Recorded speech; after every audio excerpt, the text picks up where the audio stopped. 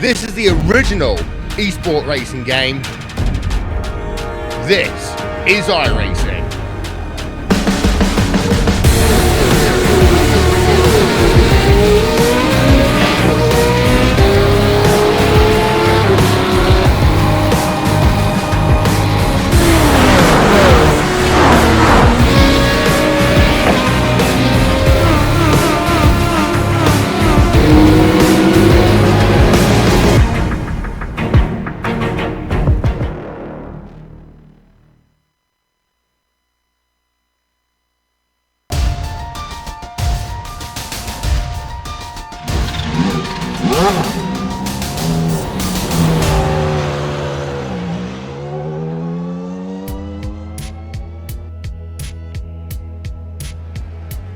David Holland is no slouch. Back-to-back championships certainly show that he is the man to beat.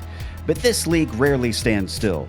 There's a constant influx of talent, along with the regulars raising their game from season to season.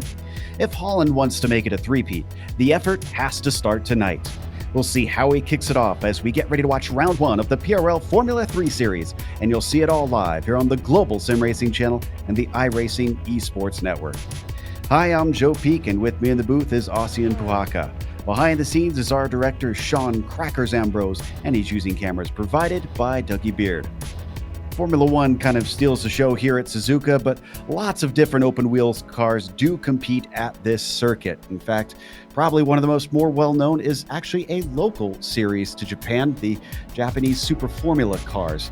And you can see this track certainly needs a pretty high-powered machinery to try and tackle it, because it's a relatively long lap around here at 3.5 miles, 17 turns among them as well. And it's known for being very, very technical, often described as a driver's track. That can mean that passing is sometimes a little bit tough. We'll see how it plays out with the drivers today. Before we do that, though, let's go on board with the GSRC Formula Renault 2.0 and see what it's like from on board an open wheeler around here. All right, we've got Scott Newton in the GSRC Formula Renault 2.0, so let's do a lap around Suzuka. Coming down to turn one, even though you're likely to see passes here, it's going to be hairy on the entry. You're braking and turning at the same time, which means drivers will be on the limit and will make too wide rather risky. Turn 2 is basically an extension of turn 1, but you'll use that banking to swing the car down and around, carrying your speed. Bringing the car across the track, we head into the S's. These bends get longer and longer as they go, slowing the car with each one. Try to set up for each successive corner instead of drifting wide at the exit. The final right-hander can be especially tricky since it tightens towards the end. Once you come out of the last one, you've hit Dunlop, but in the Renault, it's easily flat out. Hug the left side of the track to shorten it up and set yourself up for Degner 1. A stab of the brakes and a flick of the wheel will take you clattering across the curb at a high rate of knots. Then before you know it, you've got to slow much more for Degner 2. Tucking it way down to the apex will be critical through here. After you head under the bridge, you then approach the hairpin. The kinked entry can make it tough to predict whether a driver will stay defensive, and that sometimes causes race-ending wrecks under braking. Like most hairpins, just square off the exit of this baby for the best possible launch. And you'll really need it because the long turn 12 is essentially a straight in this car. Keep your foot to the floor and hug the inside. The draft might help just enough here to offer you an opportunity to overtake into spoon, but this double apexer has a quick entry for the first half. You let the car drift out and slow it down some more for the second apex. The exit off of here is going to be one of the most important ones of the course. Hesitate to get on the power and you'll regret it on the long climb up the backstream. This is another spot where the slipstream will make battles erupt often, but once again, going too wide will really separate the brave from the faint of heart. Going through 130R side by side will frazzle nearly everyone's nerves. Then you've got an excellent opportunity to outbrake your opponent into the Casio triangle. But like Scott shows, it's going to be easy to come in here too hot. Keep the car steady over the curb so that you can get your foot to the power confidently. The final turn is an easy, gentle bend. Bring the car across to the racing line, and if you kept it all together, you've now finished a lap around Suzuka.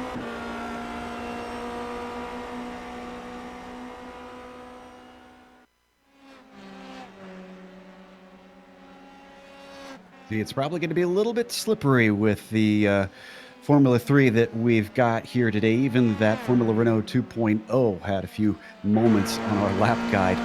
But before we get to talking about that, let's talk about our sponsor. Are you ready to compete against the financial markets? Supporting over 60,000 users across the globe, NinjaTrader provides award-winning trading software and brokerage services. NinjaTrader is always free to use for advanced charting, backtesting, and trade simulation. Visit NinjaTrader.com to get started with a risk-free trading simulator and start tracking your performance. Big thanks to them for sponsoring the series for a second season. And speaking of another season, we are starting that. So let's look back at last season with the Drivers' Championship points. As I mentioned, David Holland with another championship under his belt. Abner Acosta just could not overthrow him. Don't discount Kevin Santana. He's a little unpredictable at times, inconsistent, I guess you could say, but he finished third in the championship, and that shows that he does have at least some consistency that is backing him now. So if he could continue to improve, maybe he could be a threat this season. Nicholas Delp and Zagers, of course, round out the top 5. We also had a teams championship, so let's take a look at that as well.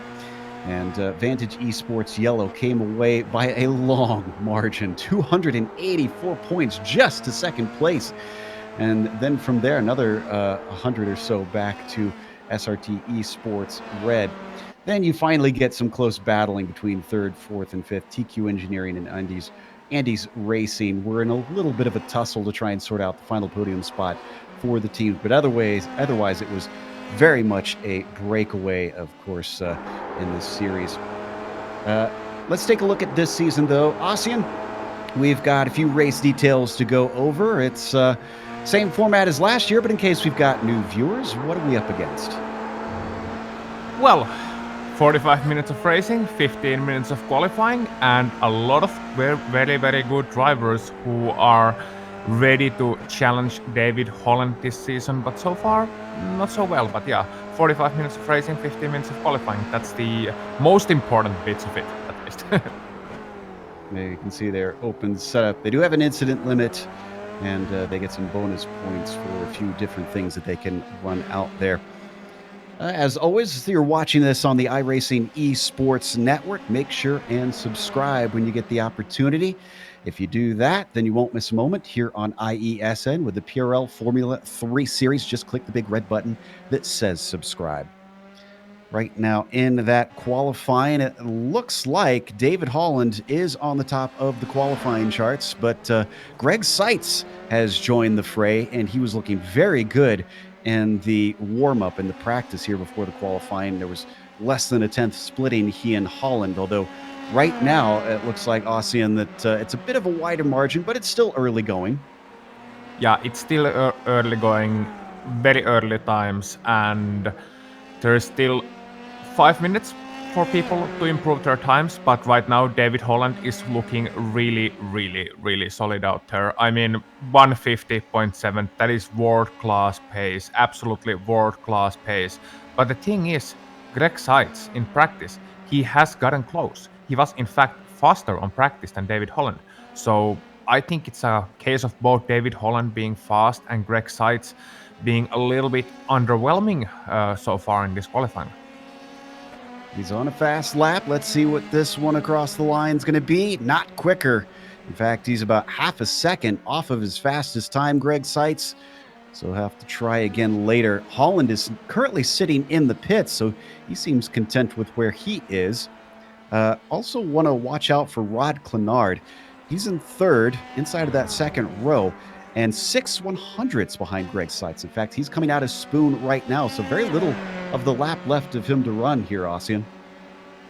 Yeah, not many important bits anymore. As he's coming out of Spoon and he's going into 130R, then just keep braking for the last corner and making sure you don't screw up that last corner. The Casio triangle, very important bit. You want to stick right up to the inside after you exit the corner in case you are on a fast lap. Looking very good for Rod Clenard right now, it must be said. Then turning in, not getting too loose, holding nice and tight to the inside. Let's see, this could be a very good lap. And it is 151.8, so not good enough. Yeah, just about 3/10 shy of his quickest. As we watch Rod Clenard start on yet another lap, he'll get probably about 2 more chances. This is one of our newcomers, Sebastian Prulot.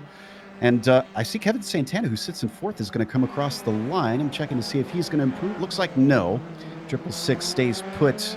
Actually, no, he falls down because Nicholas Delp just completed a quick lap ahead of him. So Nick Delp now in fourth place in that number 58 car. Yeah, and it looked like David Holland is out there again as well, which is very interesting. So probably he does feel a little bit of pressure coming from the guys, or he just wants to see the conditions, or some other reason. I mean, he's a racing driver, he wants to improve, but that 150.7 right now looks very untouchable.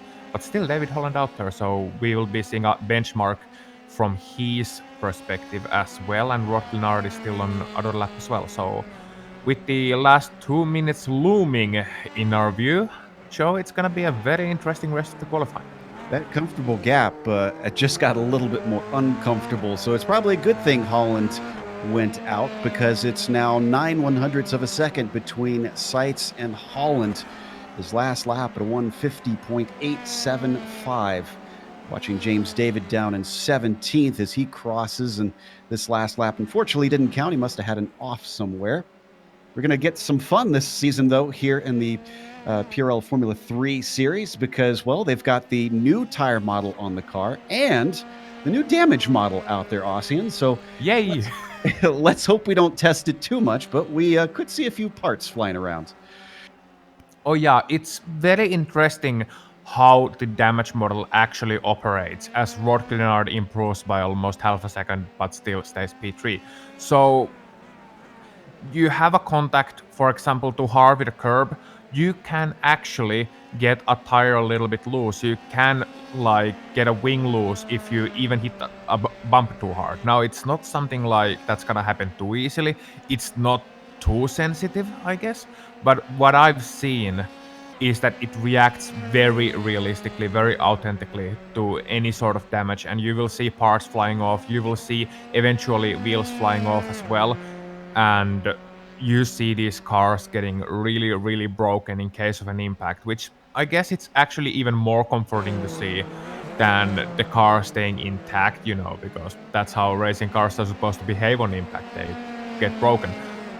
So the new damage model is something I will follow with curiosity, of also in case how it affects the car-on-car contacts, because it affects like when you hit somebody else just a little bit lighter than last season, for example, do you get less damage? Does the sensitivity turn towards better in terms of open wheel contacts? It's a lot of things we have to follow. We haven't quite figured out how it works yet. Nobody quite has, but it's something to keep an eye on, as well as the new tire. Well, Holland abandoned his lap. Seitz abandoned his lap. This leaves Rod Glenard, as the checkered flag comes out, as the most likely to maybe upset the front row. We'll see if he can as he comes out, and he is going to try and complete it as he comes to the line. That 151.3 stays put. It's a 151.4. So no better than third place. In fact, a lot of drivers behind him have already decided to call it a day. So we watch Andy Spicer now as he comes through. He is all the way down in 32nd. It's a very large field out here. We haven't mentioned that, which, with this being the first race of the season, does make us a little bit prone to some chaos at the start. Oh, it does. Especially with the new tire and how cold the tires are to begin with. Like, okay, you got tire warmers, but they are not gonna do miracles. Remember last season when every time you went out there with any car, basically the first hot lap was the fastest one? Well, not anymore. Greg Seitz did his best one on his third hot lap in a row, third fast lap. A lot of drivers doing their fastest laps in third and fourth laps. So the tire heat is something to really watch out for in the early goings of this race, going into the SS. Paul Wildridge improved on his final lap, and looks like Jose Malbron still out there, and I believe the only one still out there. He's got a 52.8. He's all the way down in 23rd as he comes up to the Casio Triangle. Let's see what he's got underneath him.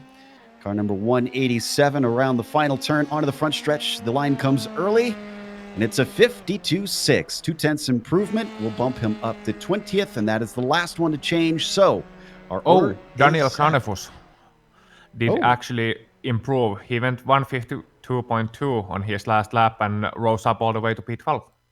Oh, I must have missed one out there. So one No more worries. that changes it up. Let's go through our starting order because we got a lot of drivers to go through. Our grid is going to have David Holland on the pole, two-time champion, certainly looking good with Greg Seitz starting in second position. Rod Clenard will be P3 with Nicholas Delp in fourth. Kevin Santana, P5 for him, and Eric LeBlanc in sixth. Andrew Duffy starts P7 today. Josh Daniels in eighth. Raymond Day will be ninth, and Jean-Francois Matt in 10th. Owen McLachlan in P number 11, Daniel Kranefus in P number 12. Then it's Don Lee and Armando Edwards in row number 7, with Brett Herman and Stephen Verdi on positions 15 and 16. Paul Wildridge, Christopher Richards, and then James L. David and Bradley Holly rounding out your top 10. Coming over from the trucks to try the open wheel cars. Jose Malbron starts 21st. Lionel Duprat in 22nd. Then it's Sebastian Aprul. I'm not sure if I'm saying that right. Apologies. Jorge Villegas in 24th, followed by Matthew Gunderson in P25. Then it's Kyle Strykars in the 26th position today. Behind them, the next row, it's Matthew Paul in 27th. David Sirwa in 28th, and Andy Spicer starts 29th. Mike Richter rounds out your top 30. And in P number 31, it's Aaron Webb, Tyler Gore in P32, Daniel Barnett, and Jeff Jacobson, P32, 34. Then it's David Hebert, David Blackwood, David Cristelli, Charles Sumner, Jay Felton, and in P number 40, it is Jay Steffi. So a lot of similar names in P35 to P40. Yeah, about 4 drivers didn't get a time in. Felton, LeBlanc, Steffi, and Chatley. Chatley, another one coming over from the trucks to try his hand on the road courses. But everybody now gridding up. We're waiting on just a few of them to finish out the field. With 40-plus cars, everybody's going to have to be tiptoeing on those cold tires here off the grid. No warm-up lap to try and weave and get them up to temperature. It's basically you're out there and you go. You can see our grid just about all there is Greg Seitz and Aaron Webb. The last few, James LeBlanc as well. Some may elect to start from pit lane. I wouldn't blame them, as we've got new faces, so you might not know what they're up against and might be safer to just start a little bit timidly. Looks like LeBlanc will be the last one to make his way out, and as the time ticks down, he's going to take a pit start. So the lights are up.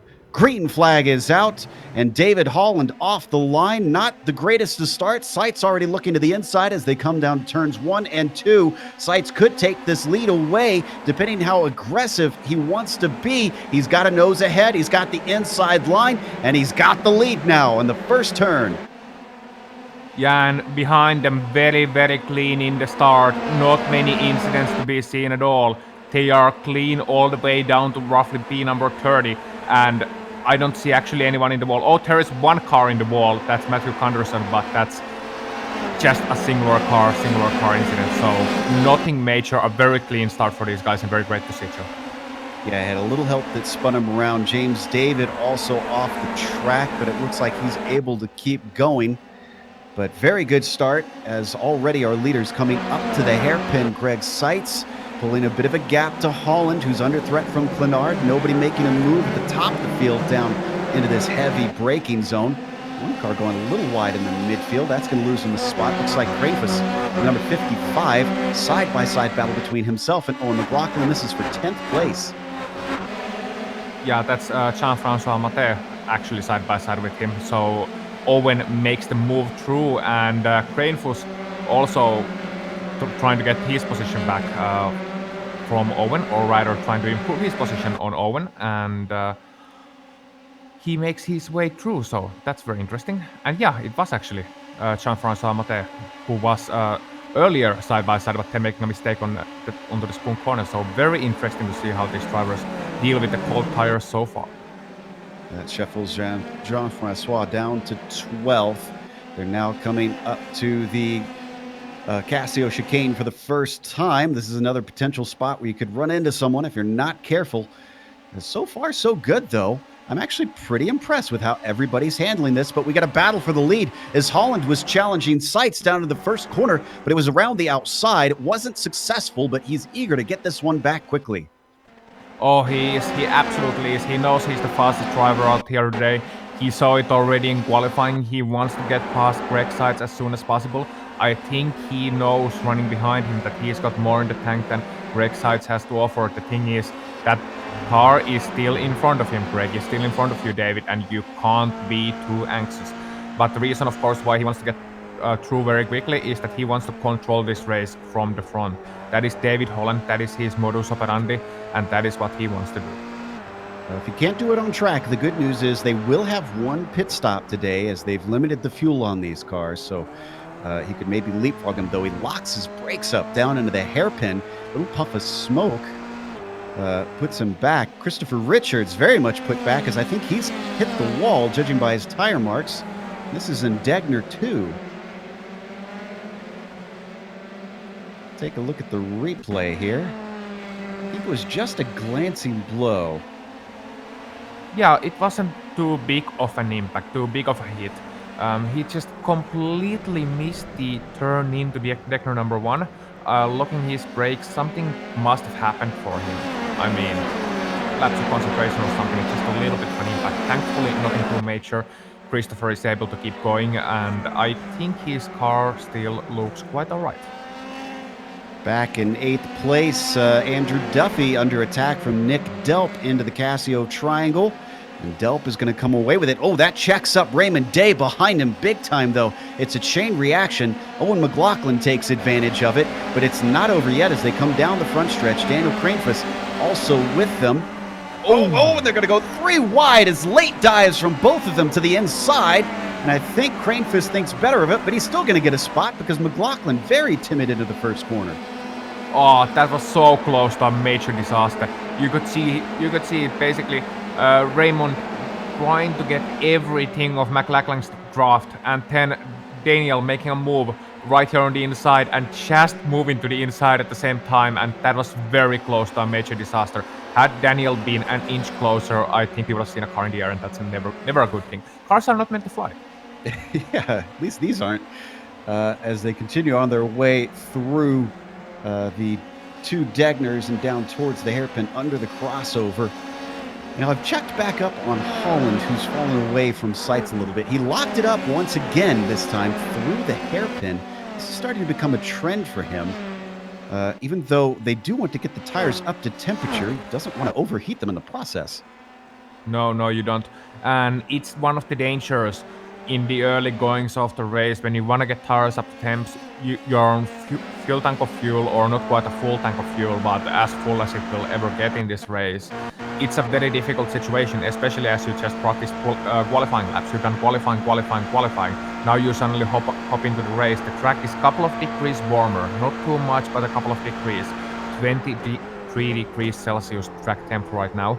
So that's a little bit of a change as well. David just trying to cope with it and trying his best to stick with it. But the thing is, in the early goings of this race, he's actually, well, on the previous lap, he lost time to Greg Seitz. On this lap, he caught by 1/10 of a second, but he is still not quite as close as you would want to. As Joe, you have battle for P17. Yeah, we got quite a little pack here forming in the mid-pack. Paul Wildridge trying to chase down Brett Thurman and Stephen Veraday.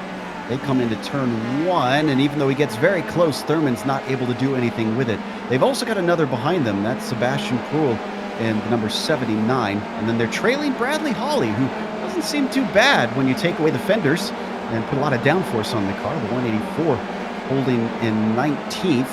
And could get in the mix if these 3 start fighting a little bit closer. But speaking of getting close, as they go through the S's here and down towards the Degners, how tough it is it to deal with the wake of the car ahead in these high downforce machines? Degner 1, good luck. It's honestly Suzuka, the first sector, and even the entire second sector, when you are dealing with the dirty air of these cars, the turbulence created by the wake of the previous car, as you said, Joe, it's so frustrating because you're just pushing off in every single corner. You want to stay to the right line. You have to remember that you can't push as hard as you would normally. And Degner 1 especially, I brought that up because it is such a place of trust.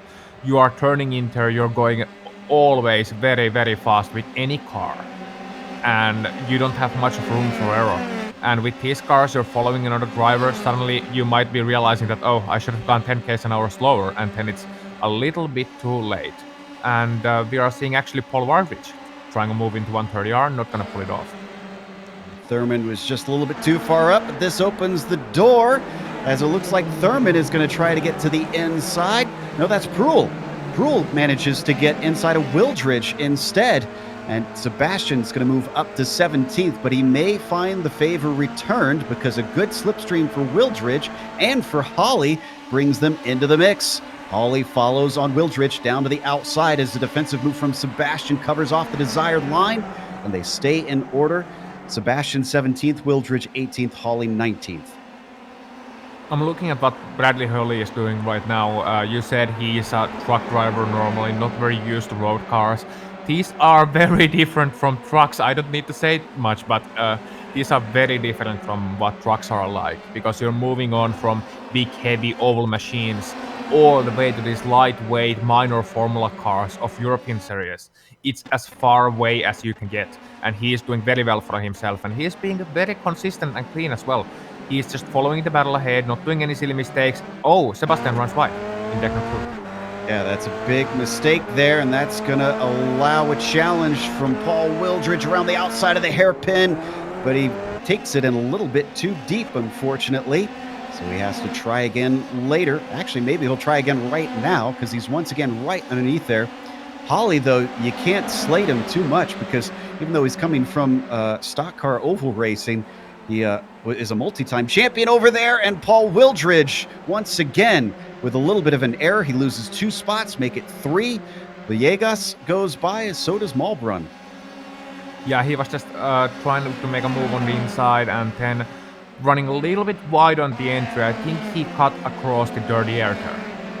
Meanwhile, we jump up to the lead because here comes David Holland. He doesn't take the inside, though. He was covered off by Seitz. Could have had a little bit of room if he wanted to get aggressive, but he squeezes him down a little bit, then comes back to the racing line, side by side, down through turns 1 and 2. And even though he holds his wheel in there, it's just not quite enough. Whew, it is dicey racing between these two. Dicey and very, very clean. I was thinking David Holland was gonna pull off a Kimi Räikkönen from Suzuka 2005, passing around the outside into turn number 1. But it's not as easy with the Formula 3 car as it is with the Formula 1 car, as funny as that sounds like, because the speed difference is just a little bit lower, and you have to go the longer way around, and with these cars, less power means that the longer you go, the more time you are going to lose. So David Holland, he's 3/10 faster last time by. He tried to make a move, and he's following Greg Seitz very close once again, but the thing is, he wants to get past real quick. Rod Clinard, he's not far away from them, and even Kevin Santana showed the leading duo battle. They are gonna catch up mighty quickly should the battle go to or rather, the fight go into a battle. Yeah, I'm sure Clinard would love to see Holland have another go at the lead, because that'll certainly slow them up. They come out of Spoon now, and this is one of the spots where you can see a lot of slipstream between these cars, but I don't think that Holland is quite close enough from what we're seeing. Clinard definitely not close enough at about 1.5 seconds back. He's in that red and white machine that you're seeing on screen just behind them. And I think, did we have some issues? Yes, we did. Sebastian Proul is off track. I think this is down in Spoon Corner. There's some missing bodywork, and there's some cars missing from the track. That happened with Malbron getting into him. And who was that taking evasive action as well? Whoa.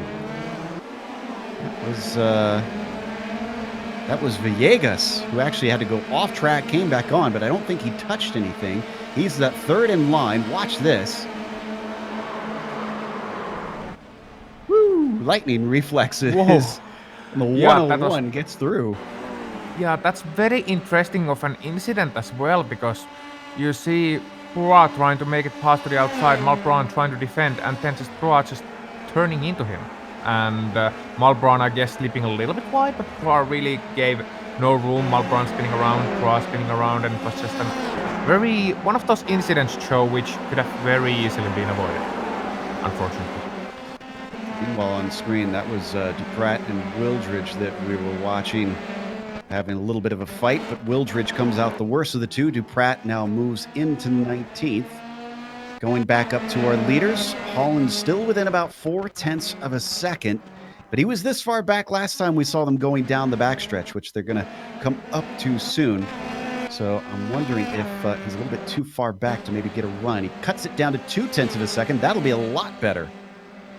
Yeah, 0.2 of a second, very good, and gets a very good run out of the spoon corner as well. That is such a difficult corner to take, especially in dirty air. You're running wide, running wide, running wide. It is possibly one of the most frustrating corners in the world, in the entire world. But here comes David Holland, just absolutely nailing it and looking to the outside. They outbreak him into the Casio triangle. He's covered off for the first apex. Wow, way deep into the corner. Seitz almost outbreaks himself, but it effectively keeps him in the position as that blocks off the path for Holland. Holland comes back at him down the front stretch. Last time he went to the outside, it didn't work, but he's going to go for it again. He's given no other choice. Let's see what he learned last time through. Can he manage to maybe hold the grip? No, goes for the over-under. Sees if he could cut back, and that doesn't work either.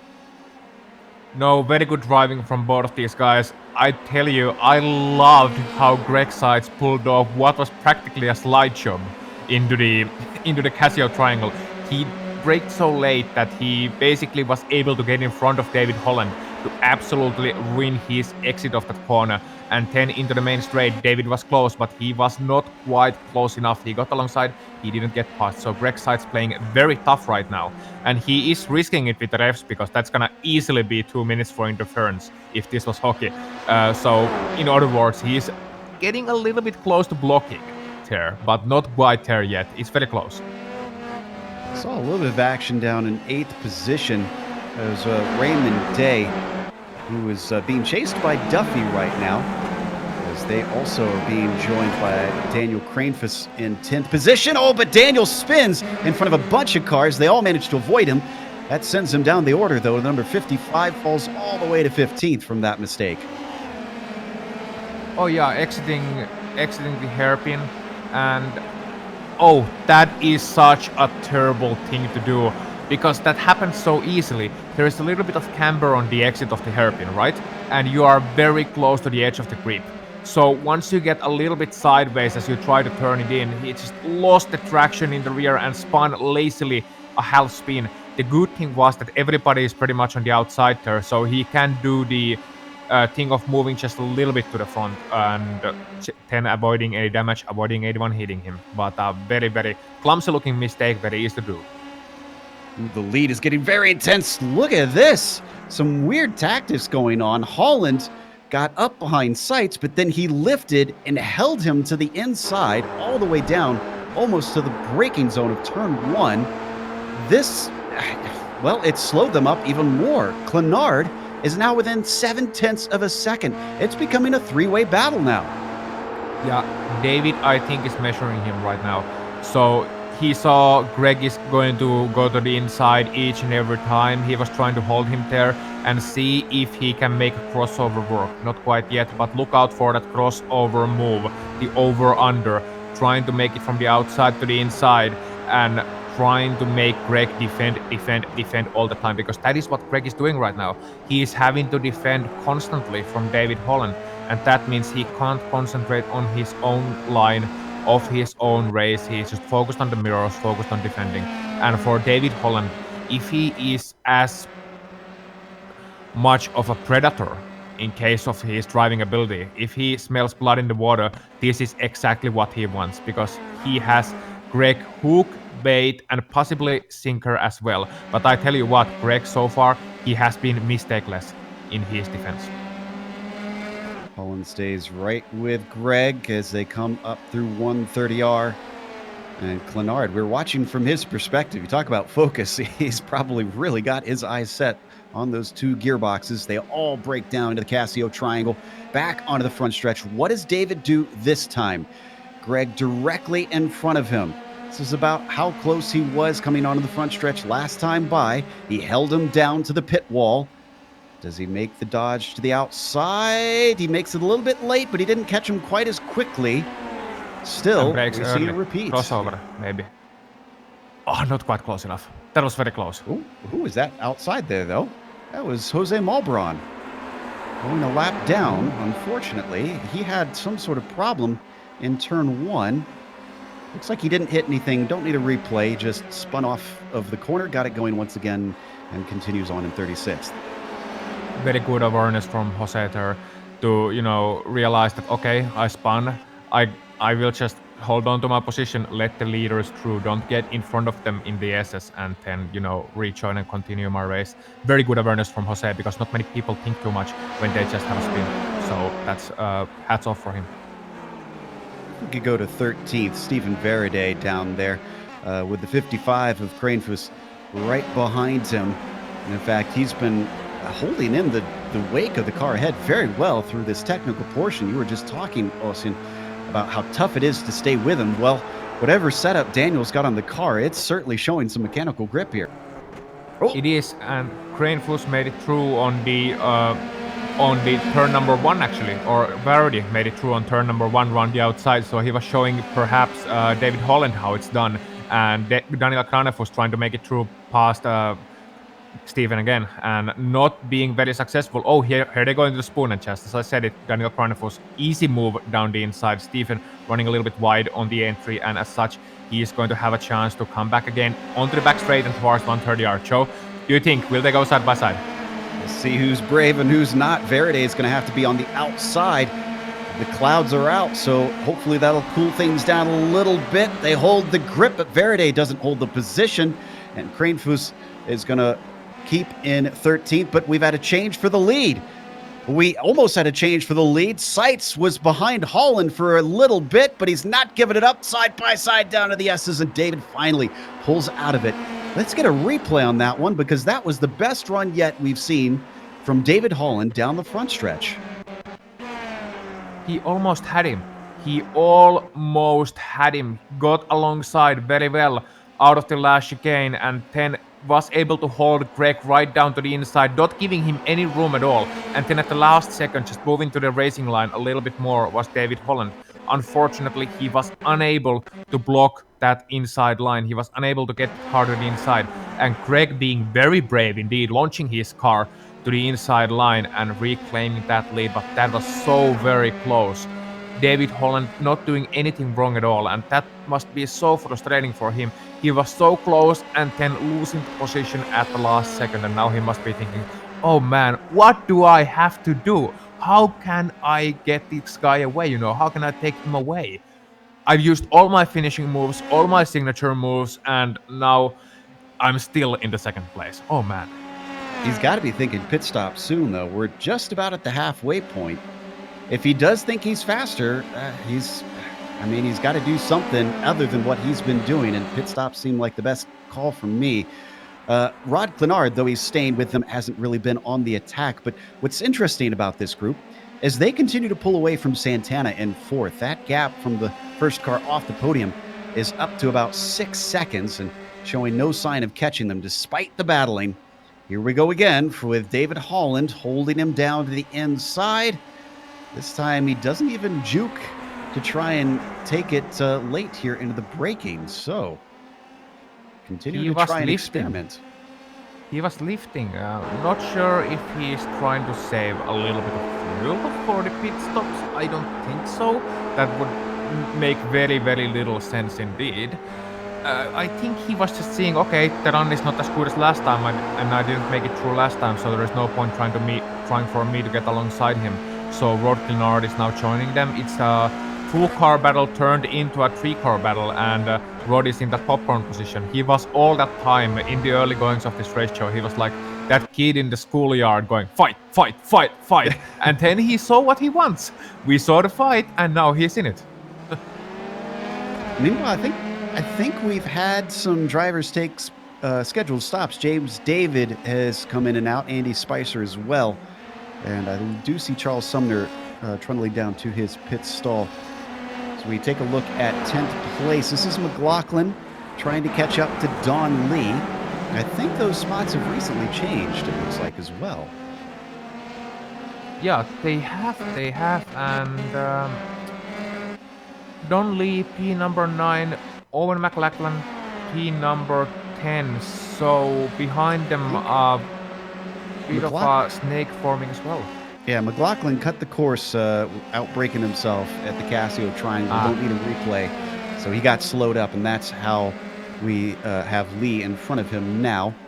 Yeah, this is a snake, but you can see they are quite spread apart compared to what we're seeing with our front runners. OP15, Bradley Holly and Brett Herman battling it out, going side by side in the 130R. So here we see Bradley Holly trying to make it round the outside, and does make it round the outside. Very brave stuff from Bradley. He wasn't afraid of anything there, and able to break into Casio Triangle and making a little mistake on the main straight, but that was a very nice move show. Very nice. Of course, an oval driver would know how to go high, wide, and handsome, but he's going to have to defend now because Brett Thurman comes back at him. He'll try the outside just like Holly did last time. What can Holly do from the inside? Oh, not as brave that way, and that's going to give it right back to Thurman. Yeah, so he wasn't as brave on the inside. Maybe he's a little concerned of running a little bit wide, or maybe he knew he wasn't going to get alongside anymore as he braked a little bit early into the first part of the first corner, which is ironically actually named First Turn. The name of Suzuka's first corner is First Turn, so there you go. So it does have a name. As we continue to watch them work through the Degners.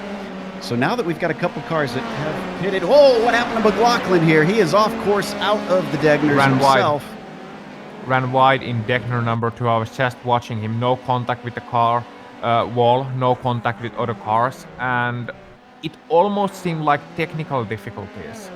Oh no, he was just, never mind, he was just getting out of other people's way once he was slow, but a very unusual mistake. And it all started when he ran wide on Degner number 1. So he went a little bit of Tony Gardner skateboarding there, and as a result of that, ran wide. Oh, and the leaders, all three of them coming in at the same time. Oh, and Holland almost gets into the back of Greg Seitz as they all slow down to the pit speed. They do have a pit limiter on this car. Still, you want to try and maximize that entry as we ride on board with Seitz now looking back at his two challengers.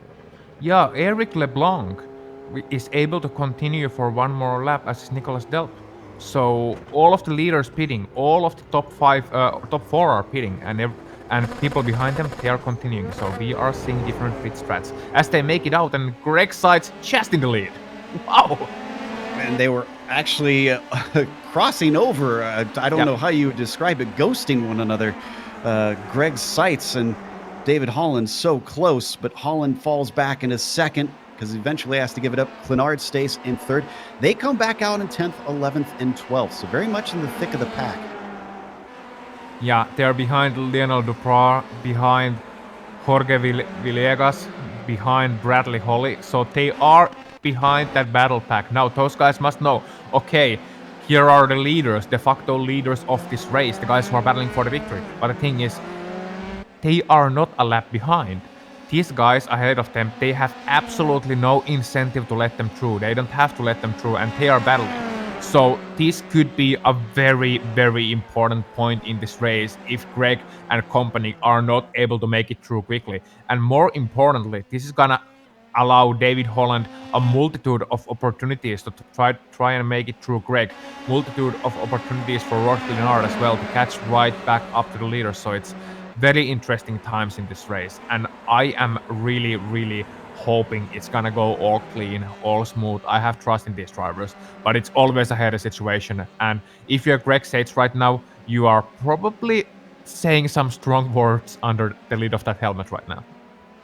Watching our next leader who's inherited it, LeBlanc, who pits, so that'll give the lead back. Delp follows him. Day does as well. Looks like the pit window kind of marginal here.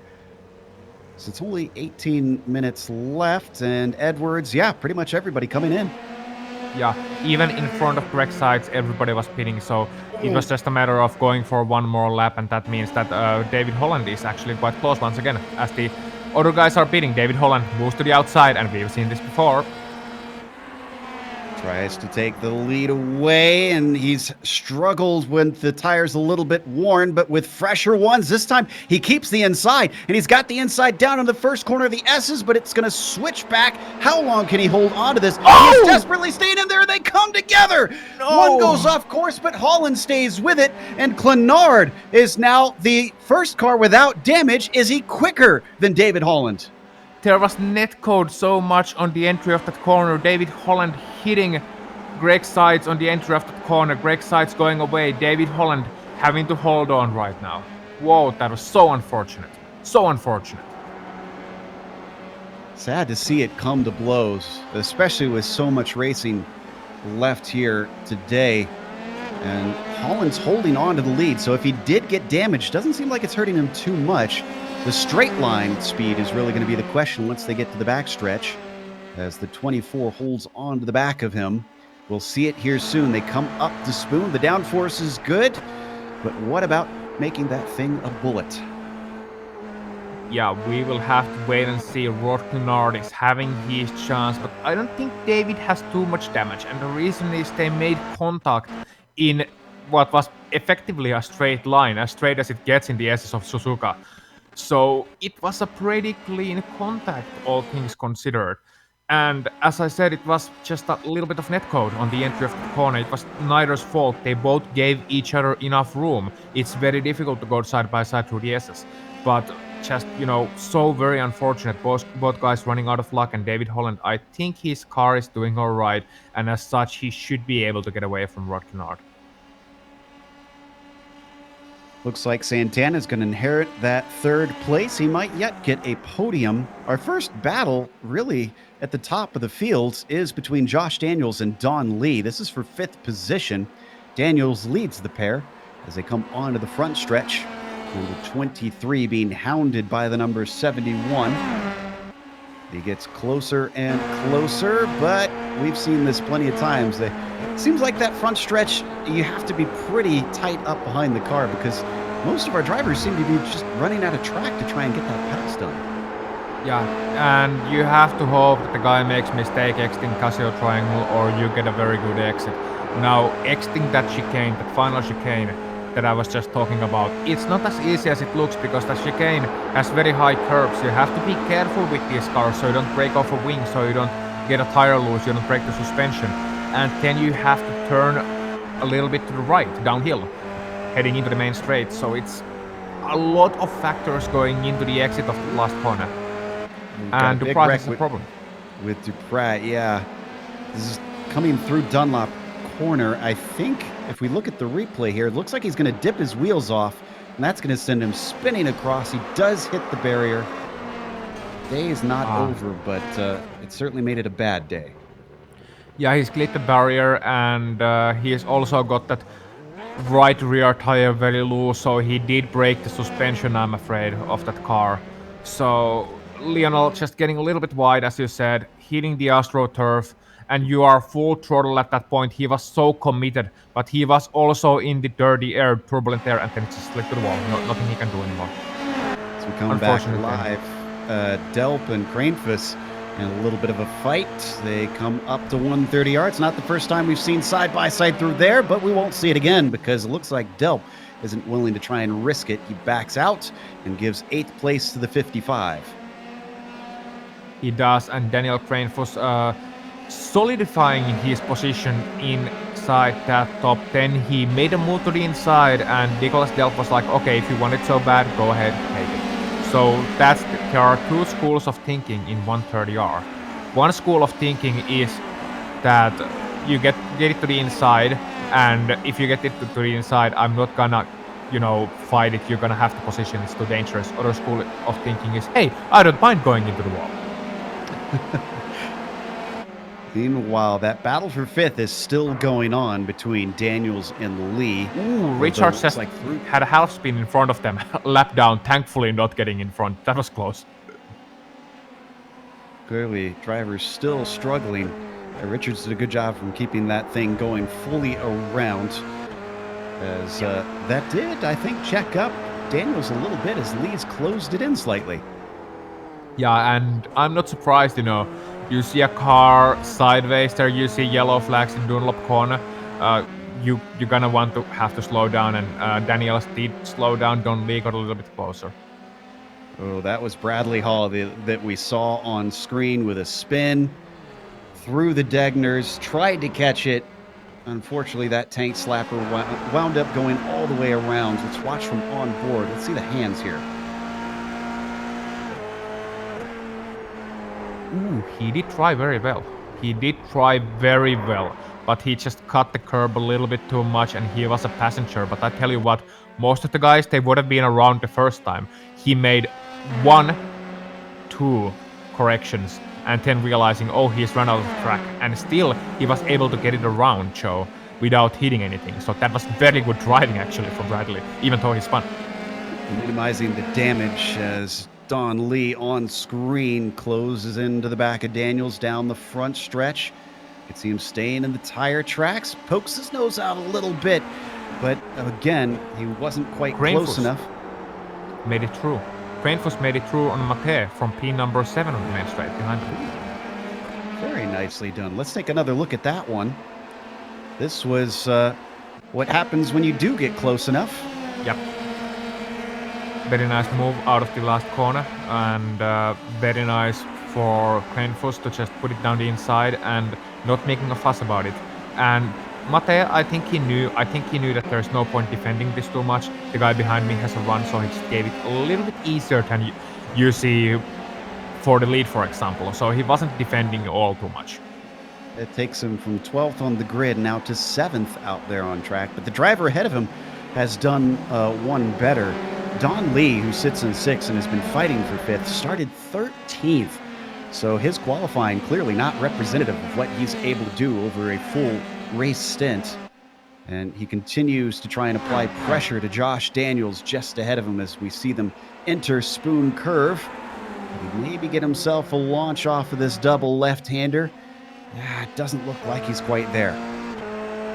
No, not close enough, but Don Lee has done a great job in this race. You look at the top 10, you don't see too many guys who have come from outside the top 10 into the top 10.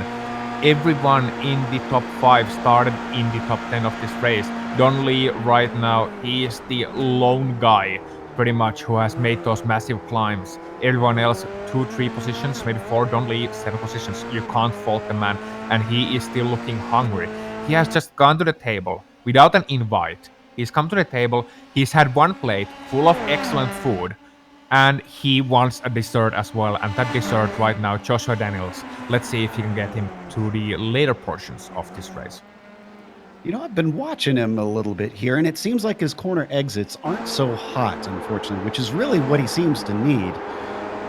And Don Lee, certainly down in the Casio Triangle, out breaking himself a little bit. Now, suffering the wake of the car ahead as he falls away. What was about a 10th or 2 is 4 tenths by the time they reach the end of the snake. Yeah, his car is understeering a lot. I'm watching him right now, and he's just taking a very tight line into those corners. He's having to be very careful, and you can just see how much that thing is plowing on. It handles like rosebud right now. It handles like a sled, and that's what we would say in Finland. It handles like a sled.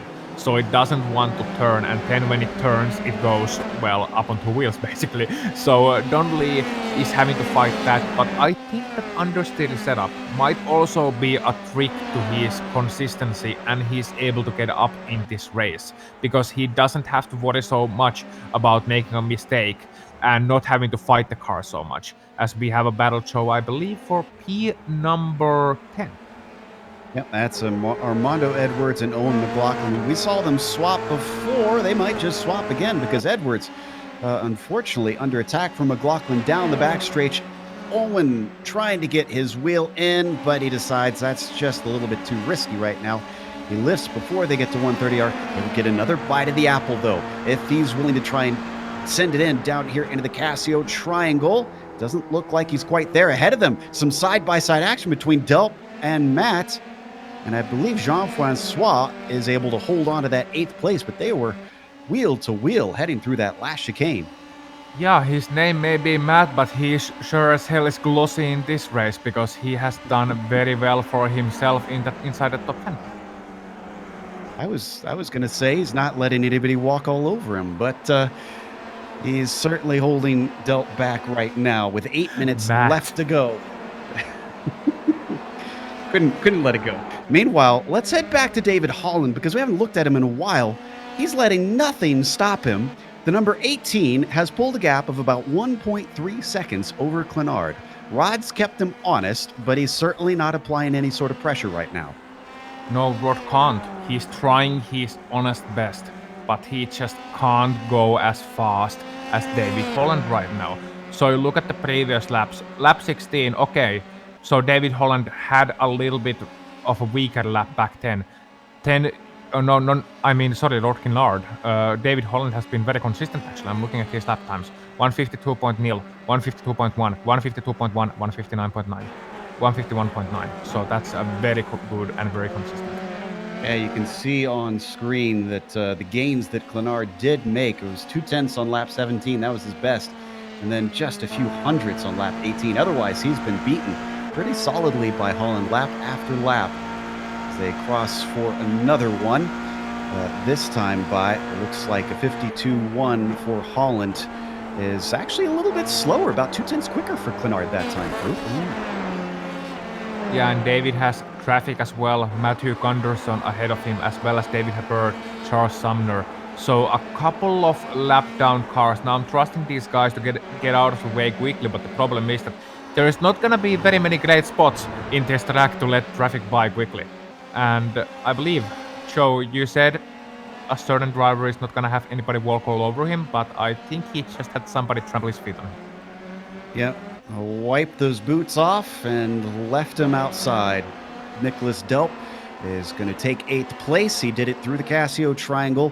Unfortunately, with so few laps left, the 4 seconds up to Daniel Kranefuss looks like it might be a little too far away for him to try and catch him. Let's take a look at the replay of that pass, actually, since he'd been working on that for a while. Pulling it up. Just got himself a run up the back stretch. Believe... Oh, this is through the Degners, though. Here we go. Now we've got it. A little bit of a defensive move, but then suddenly decided he didn't have it covered off like he wanted. Outbreaks him into the corner, and Delp says goodbye. Very clean. And, a very textbook open-wheeler passing move. So if you think of a pass on a road, you think, okay, outbreaking up the inside into a corner. That's how you do it.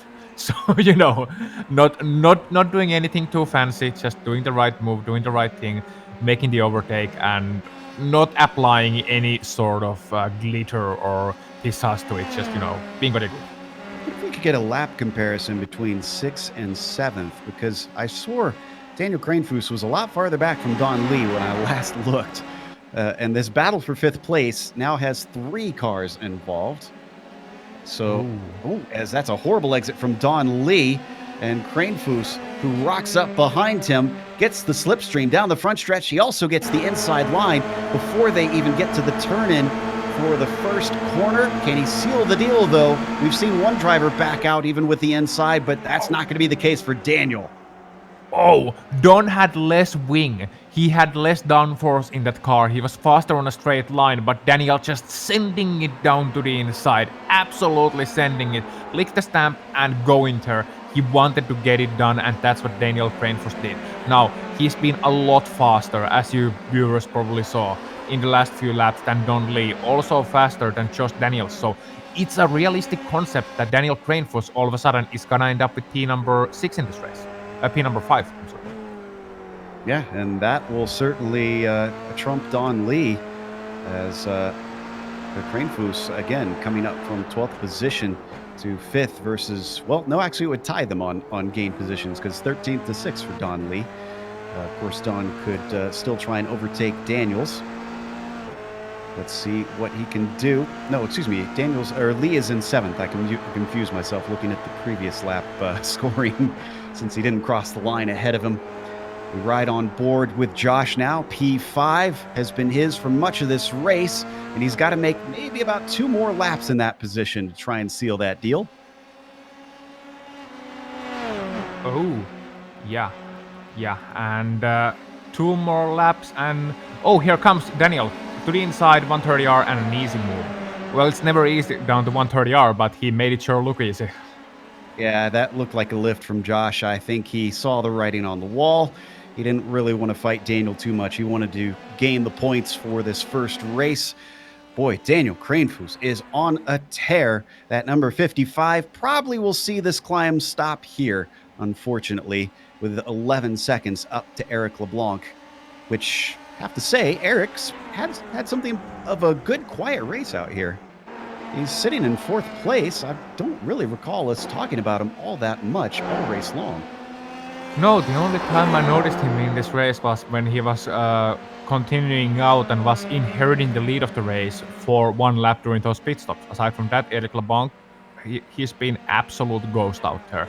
But in a good way, I mean, if you're gonna be a ghost all race long and finishing in P number 4, hey, that's a good day's work. And your boss is gonna like you a lot because that car is gonna be a clean a lot of times if you're not battling.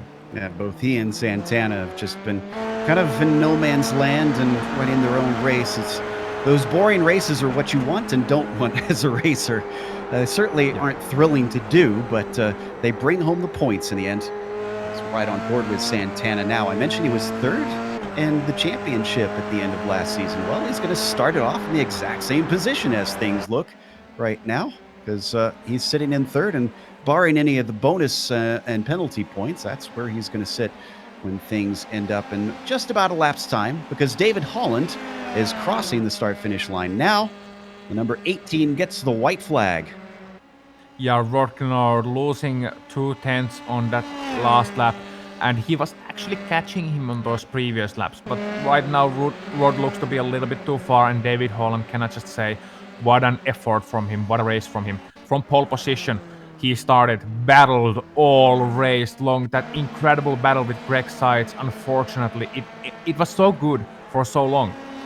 And you know, 10, they just came together once, not either of their fault, and as a result of that, we were stolen off what would have been a monumental battle for victory of this race. But take nothing away from David Holland. He has been very good in this race, and he is sure showing why he is still a force to be reckoned with in this series, and why I think he is still the driver to beat, even though Greg, he is very close. And they are gonna have a great battle all throughout the season. Rod Glenard was able to get close in the end, but not quite close enough. So, you know, prospects. At the qualifying, it, for one point, it looked like David Holland was gonna run away with it, but it was not so easy, Joe.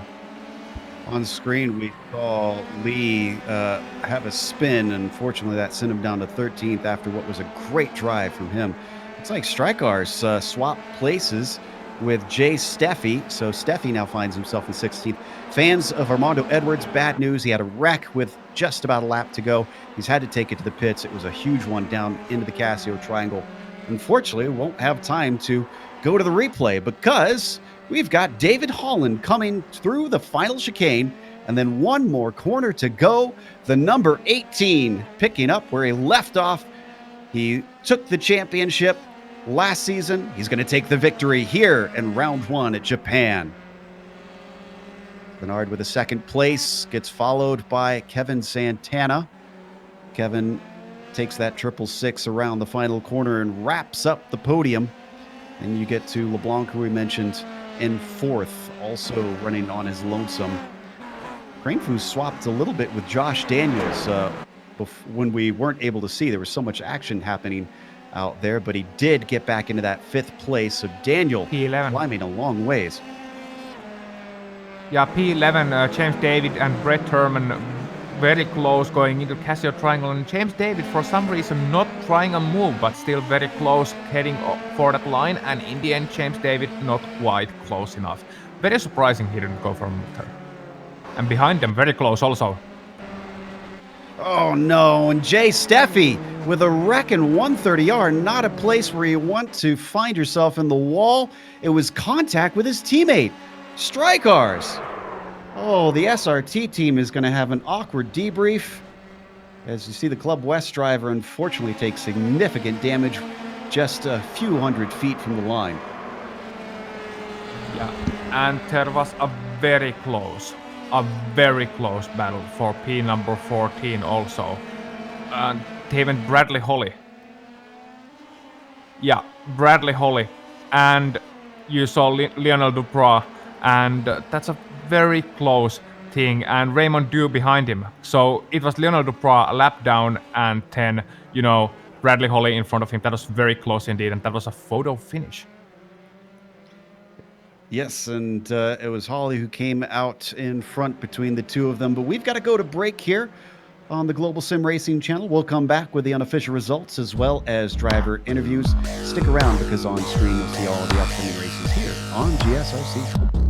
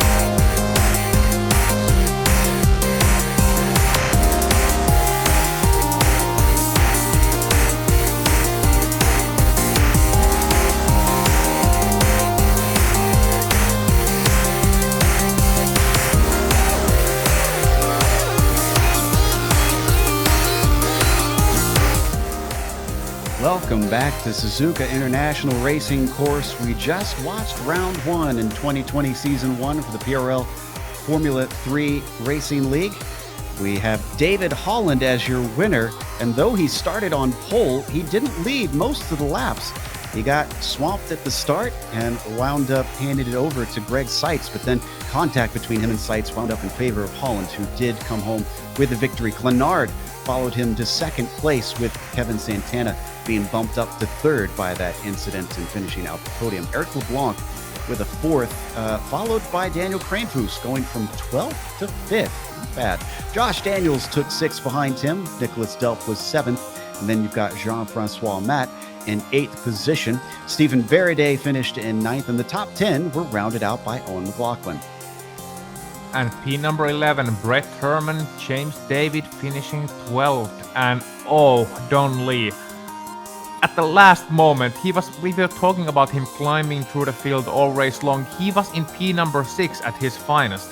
And 10 at the last of the laps, dropped all the way down to the position he started from P13. Bradley Holly, P14, Raymond Duke, P15, 10 Kyle Strickhardt, Tyler Gore, Jay Felton, Matthew Hall, and Andy Spicer in P number 20. David Soros in 21st, with Paul Wildridge finishing in 22nd. How about Daniel Barnett? He did qualify, but it was 33rd, and he wound up 23rd, so he climbed a long ways. Jay Steffi didn't put a time in. He went from 40th on the grid up to 24th, but still had to pass a lot of cars in the process. Armando Edwards, as we mentioned, a lap down because unfortunately he wrecked before he saw the white flag. That gave him 25th. Aaron Webb, 26th. And then Andrew Duffy in a 27th. Charles Sumner also a lap down. He was 28th today. David Hebert took 29th. Lionel Duprat rounded out our top 30. And then it's a couple more cars a lap down. David Cristelli, P31, David Blackwood, P32, Mike Richter, P33, and then it's Matthew Gunderson, 2 laps down, P34, Christopher Richards, 2 laps down, P35, and then it's list to your retired drivers. Brendan Chatley, Greg Sides, Jorge Villegas, Jose Malbran, Sebastian Proix, Jeff Jacobson, and James LeBlanc. All of the drivers retired. In fact, James LeBlanc never even starting the race. So that's your field. And I'm saying I just ran through the retirees show, and it's a surprisingly small number considering the length and the difficulty of the conditions. Yeah, all our naysaying was for naught, and certainly David Holland was not a victim of any contact, even though he did have some. David, we were watching that battle for much of the race between yourself and Greg Seitz, and it looked like a very good, clean one up until the contact. Can you tell us what happened from your perspective? Yeah, hey Joe. I hate for that to happen. I mean, much less, I hate ruining anybody's race, but much less for the lead. You know, from my perspective, we were racing hard. You know, I'd kind of tried it from the outside a few times. It hadn't really stuck. I got it to stick that time, and you know, I thought I had myself pretty well established on the inside. You know, going through the S's, and yeah, he just came down, and you know, we made contact. I certainly hope it was just a racing situation. I haven't gone back to take a look at the replay. You know, like I said, I hate for me to take the win like that, and I definitely hate ruining Greg's race. It was really a fun battle, and just a lot of fun. It didn't seem typical for your style of racing, certainly. But it looked like really the thing that made the difference for a lot of this race was the start in the first corner. They say you can't win it in the first corner, but Greg Seitz sure managed to get by you on that first one. What happened there? Yeah, you know, the staggered start on this track is a little bit interesting with the outside line actually being the pole position. And you really have to nail the start for it to work. And unfortunately, I didn't. And Greg did. So, yeah, he got out to a great start. He had a ton of speed. You know, it was everything I could do to keep up with him. But, yeah, unfortunately, he did get us there on the start. Well, still, you took your Vantage car to victory in the end. Anybody you'd like to thank before we let you go?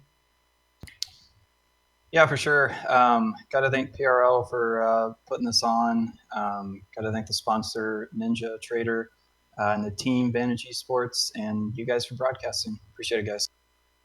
That is David Holland, winner here today. Up next, second place finisher Rod Clenard, ready to talk to Ossian Puhaka. Rod Clenard, I think once you were following David and Greg in the early portion of the race, you were the kid in the schoolyard that was just yelling fight, fight, fight, and then you got into it. Tell us about your early part of the race. Early part of the race was really just trying to pull the reins back and try to wait for the car to come in. The car was had a big push, but mid-race on, the car was perfect.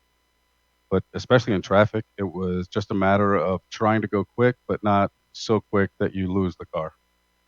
Well, in the later portions of the race, there was contact between David and Craig, and then you made it to P number 2, and for a moment, Win looked to be in sights, and you were lapping sometimes faster than David, but ultimately not quite enough. How hard were you pushing in that end portion of the race? How much was the risk versus reward factor there?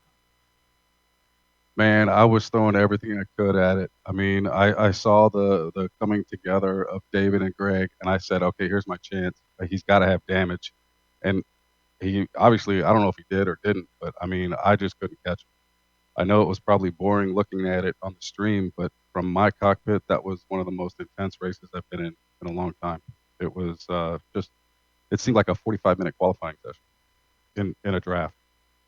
Yeah, and it's not easy driving in the draft with an open wheeler car. So, Rod, very good start to your season. P number 2, a lot of points. Do we see Rod fighting for a championship this season? Absolutely, that's the name of the game. That's why I'm here, to win the championship. Very good to hear. Good luck in the future. And Rod, if you would like to say anything else, then go ahead. Floor is yours. Absolutely. I just like to thank GSRC, all you guys, for putting on the stream. It's a great video. I love watching them. thanks to Vantage Motorsports, and yeah, just look forward to the rest. Thank you, Rod. And I believe Joe is next, and he has found the driver of the 666 car. Yep, Kevin Santana joins us. And while the other drivers had a lot of excitement out there and a lot of pressure, Kevin, you looked awful lonesome. Did you have anything happen to you during that race? I don't think so. It was pretty much just me. You did manage to wind up in third in the championship. We were talking about that a little bit on the broadcast. And typically, often we have to unfortunately bring up your lack of consistency at times. But taking third in the championship tends to show some consistency. Do you think you've improved in that area? And do you think that this season might finally be your season to try and go for P1 and the points? Yeah, I don't know about P1. It's going to be kind of hard to beat David. It certainly didn't seem like you had the raw pace out there, but you racked up some good points today and took a podium. Anybody you want to thank while you spray the champagne up there? Yeah, thank these guys that put it on week in, week out, and you guys for broadcasting it. Well, thanks for coming and talking to us, and thank you for the kind words. That was Kevin Santana, third place finisher today. Speaking of Raikkonen at Suzuka, Kevin's sort of our Raikkonen of the PRL here. Meanwhile, we want to thank a few people ourselves. Of course, a big thank you goes to NinjaTrader for sponsoring another season. If you want to check them out, you can find them at NinjaTrader.com. And also, a thank you goes to iRacing for putting us on IESN. Make sure and subscribe. It's very easy. All you got to do is click the subscribe button just below this video. Thanks to the companies that provide the software and the hardware for our broadcasts. They're listed here on your screen. And additional thanks go to June Lalonde, who provides our wonderful music. See the screen for how to get a hold of more of her great work. Thanks to the team today, Ossian, Sean, and Dougie. If you'd like to find out more about GSRC, including upcoming races, you can find it at globalsimracingchannel.com. You can also check us out on social media. Our Twitter is at GSR Channel, Facebook, Global SimRacing Channel, and Instagram is at GSRC_Graham. Make sure and check out our merchandise store. We're doing a giveaway, so if you subscribe to the channel, you'll be entered automatically into that giveaway. Next race is going to be at Donington. That'll be Thursday, December 19th at 9 p.m. Eastern. Make sure and watch that one. They're going to have a little bit of a break for the holidays after that, so you'll have to do without the PRL for a couple weeks. But we've got upcoming races for other series listed on the screen, so check those out. Mark them down on your calendar. But until next time, race clean, race hard. See you on the track.